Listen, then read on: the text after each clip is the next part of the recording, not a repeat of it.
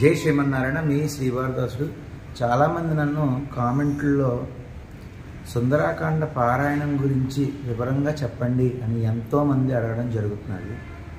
అయితే సుందరాకాండ పారాయణం గురించి మీకు వివరించాలి అంటే ఇంచుమించు ఒక 2-3 వీడియోలు తీయవలసి ఉంటుంది. ఇది ఒక మొదటి వీడియోగా నేను మీకు చెప్తున్నాను. ఈ వీడియోలోనూ సుందరాకాండ పారాయణం అసలు ఎప్పుడు చెయ్యాలి, తర్వాత ఈ యొక్క సుందరాకాండ పారాయణం చేయడానికి ఏ నియమాలు పాటించాలి, ముందు ఈ యొక్క వీడియోలో ఈ 2 విషయాలు మనం చర్చించుకుందాం. తర్వాత మిగిలిన వివరాలన్నీ కూడా చెప్తాను, అందరూ చూడండి.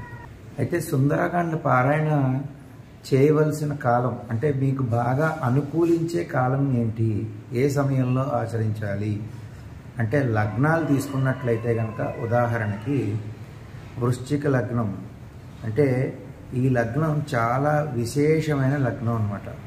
అంతేకాకుండా ఈ లగ్నంలో సుందరాకాండ పారాయణం చాలా విశేషమైన ఫలితాన్ని ఇస్తుంది. కర్కాటక లగ్నం కూడా సుందరాకాండ పారాయణకు యోగ్యమైనది. ఈ 2 లగ్నాలు మీకు కుదిరితే ప్రారంభించవచ్చు. తర్వాత ఏ ఆయనంలో చేస్తే ఫలితం బాగా ఉంటుంది అనుకుంటే కనుక ఉత్తరాయణంలో పారాయణం చేయడం వల్ల ద్విగుణీకృత ఫలితం అంటే 2 సార్లు చేసిన ఫలితాన్ని మీరు సొంతం చేసుకోవచ్చు. తర్వాత నక్షత్రాలు, పూర్వాభాద్ర నక్షత్రం హనుమంతుడి నక్షత్రం, ఆ రోజు మొదలు పెట్టచ్చు. పునర్వసు నక్షత్రం రామచంద్రుడి నక్షత్రం, ఆ రోజు మొదలు పెట్టచ్చు. పుష్యమి నక్షత్రం భరతుడి నక్షత్రం, ఆ రోజు మొదలు పెట్టచ్చు. ఈ నక్షత్రాల్లో సుందరాకాండ పారాయణ చాలా మంచిది అని చెప్పి పెద్దలు చెప్పడం జరుగుతున్నది. అంతేకాకుండా తిథులు ఏ తిథుల్లో చేసుకోవాలి, దశమి, ఏకాదశి, త్రయోదశి, ఈ తిథులు సుందరాకాండ పారాయణకి చాలా యోగ్యమైనవిగా చెప్తారు. అంతేకాకుండా ఏ వారం మొదలు పెట్టాలి, శని, మంగళవారము సుందరాకాండ పారాయణకు చాలా ప్రసిద్ధమైన రోజులు, శనివారం కానీ మంగళవారం కానీ. తర్వాత ఏ మాసంలో చేస్తే ఫలితం బాగుంటుంది, వైశాఖ మాసము, కార్తీక మాసము, జ్యేష్ఠ మాసము అంటే ఇప్పుడు నడుస్తున్న మాసము. అంతేకాకుండా ఈ వైశాఖము, కార్తీకము, జ్యేష్ఠము ఈ 3 మాసాలు కూడా యోగ్యమైనవిగా చెప్తున్నారు. అంతేకాకుండా ఏ దిక్కుకి తిరిగి కూర్చుని చెయ్యాలి అంటే కనుక ఉత్తర దిక్కుకు కానీ తూర్పు దిక్కుకు, ఈ 2 దిక్కులకి కూర్చుని పారాయణం చేయడం అత్యుత్తమ ఫలితాన్ని ఇస్తుంది. సరే, అసలు ఈ సుందరాకాండ పారాయణం చేయడానికి విధి విధానాలు ఏంటండి అని చాలామంది అడుగుతున్నారు. ప్రతి ఒక్కళ్ళు కూడా చూడండి, ఒకసారి చెప్తాను.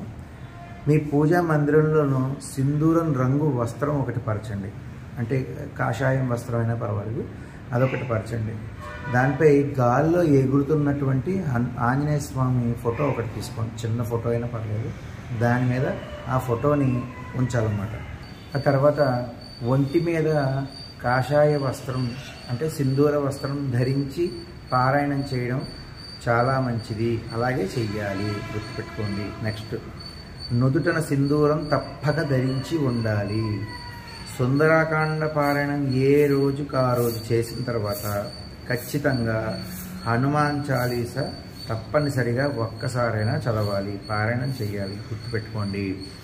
వీలైనంత వరకు సుందరాకాండ పారాయణం మీ ఇంట్లో కానీ లేదా విడిది గృహాల్లో కానీ చేయొచ్చు, తప్పదు అంటే. అలా వీలు కానిచో ఆంజనేయ స్వామి దేవాలయ ప్రాంగణంలో పారాయణం కూడా చేయొచ్చు. తర్వాత సుందరాకాండ పారాయణం ఏదైతే ఉందో అది ప్రారంభించడానికి ముందు శ్రీరాముల వారి అష్టోత్తర శతనామావళి, సీతాదేవి అష్టోత్తర శతనామావళి పూజ చేయవలసి ఉంటుంది. తర్వాత ఆంజనేయ స్వామి వారికి ఇష్టమైన సంఖ్య 5. కావున సుందరాకాండ పారాయణ 5 సార్లు చేసినచో స్వామి చాలా సంతృప్తుడగును, గుర్తుపెట్టుకోండి, రాసుకోండి. వీలైనంత వరకు శని మంగళవారంలో పారాయణం ప్రారంభించుటకు కానీ పూర్తి చేయడానికి కానీ చూసుకోవాలి, బాగా గుర్తుపెట్టుకోండి. సుందరాకాండ పారాయణం అవ్వగానే హనుమాన్ దేవాలయం సందర్శించి తమలపాకు పూజ చేయించుకోవాలి. స్వామివారికి ఇష్టమైనటువంటి అప్పాలు మన వీడియోలో, మన యూట్యూబ్ ఛానల్లో నేను అప్పాలు ఎలా తయారు చేయాలని నేను పెట్టాను, ఒకసారి ఆ వీడియో చూడండి. కాబట్టి ఇష్టమైన అప్పాలు నైవేద్యంగా పారాయణ ప్రారంభించే ముందు కానీ పారాయణ తర్వాత కానీ ఖచ్చితంగా నైవేద్యం పెట్టాలి. బాగా గుర్తుపెట్టుకోండి. పారాయణ చేసిన తర్వాత హనుమత్ స్వరూపంగా స్వయంగా హనుమంతుడు అని భావించి ఒక బ్రహ్మచారికి కానీ బ్రాహ్మణుడికి కానీ ఖచ్చితంగా భోజనం పెట్టాలి. చందన దక్షిణ తాంబూలాలు సమర్పించుకోవాలి. తర్వాత సుందరకాండ పారాయణ చేస్తున్నంత కాలం హనుమంతుడి యొక్క దేవాలయం దర్శించి స్వామివారికి ప్రదక్షిణాలు మీ శక్తి కొలది ఎన్నో కొన్ని ప్రదక్షిణాలు ఖచ్చితంగా చేయవలసి ఉంటుంది. ఒకవేళ మీ అదృష్టం బాగుండి గ్రామాల్లో అంటే విలేజెస్లో ఎవరన్నా ఉంటున్నారనుకోండి, ఉదాహరణకి అక్కడ అరటి తోటలు ఉంటాయి చూసారా, అరటి తోటల్లో గనక కూర్చుని చేస్తే విశేషమైన ఫలితం లభిస్తుంది.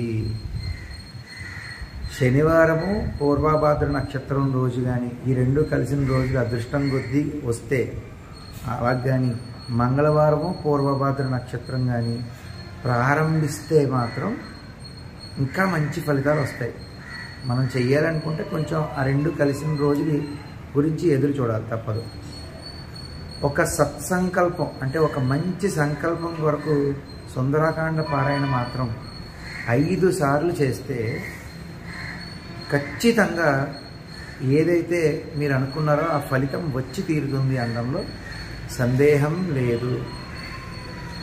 నిత్యం పీడకలు ఆ తర్వాత నిద్ర పట్టక బాధపడుతున్న వారు ప్రతినిత్యం సుందరకాండ పారాయణం చెయ్యండి, ఖచ్చితంగా చెయ్యండి. చాలా మంచి ఫలితం లభిస్తుంది. ఇవి సుందరకాండ పారాయణ చేయవలసిన కాలము, విధి విధానాలు, నియమ నిబంధనలు తర్వాత వీడియోలో పూర్తిగా ఎవరెవరు ఏ కష్టం ఉన్నవారు సుందరకాండ పారాయణం చేయొచ్చో కూడా చెప్తాను. కాబట్టి జై శ్రీమన్నారాయణ, మీ శ్రీవారిదాసుడు. అందరికీ షేర్ చేయండి. జై శ్రీమన్నారాయణ.